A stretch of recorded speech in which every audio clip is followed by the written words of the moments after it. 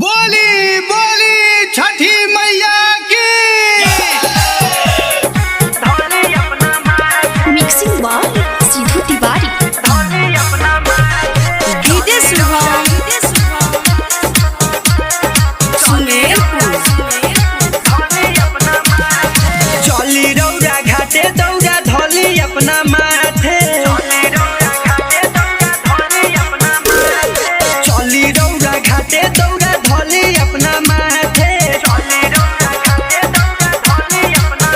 बिया करी जनी देर भइल घके बेर। बिया करी जनी देर भइल घके बेर। केकरा से कही घरे देवरो ना बाटे।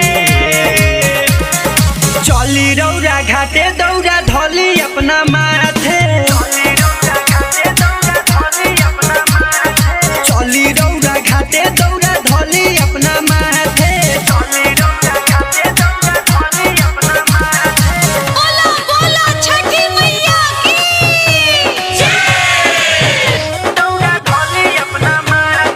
डीजे शुभम सुमेरपुर। करी ना देरी तैयारी होई जी। ए जी घाटे पर भीड़ असो भारी होई जी।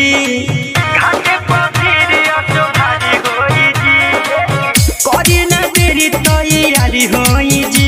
ए जी घाटे पर भीड़ असो भारी होई जी। और रख दिलाई बड़ा जरूरी हाथे।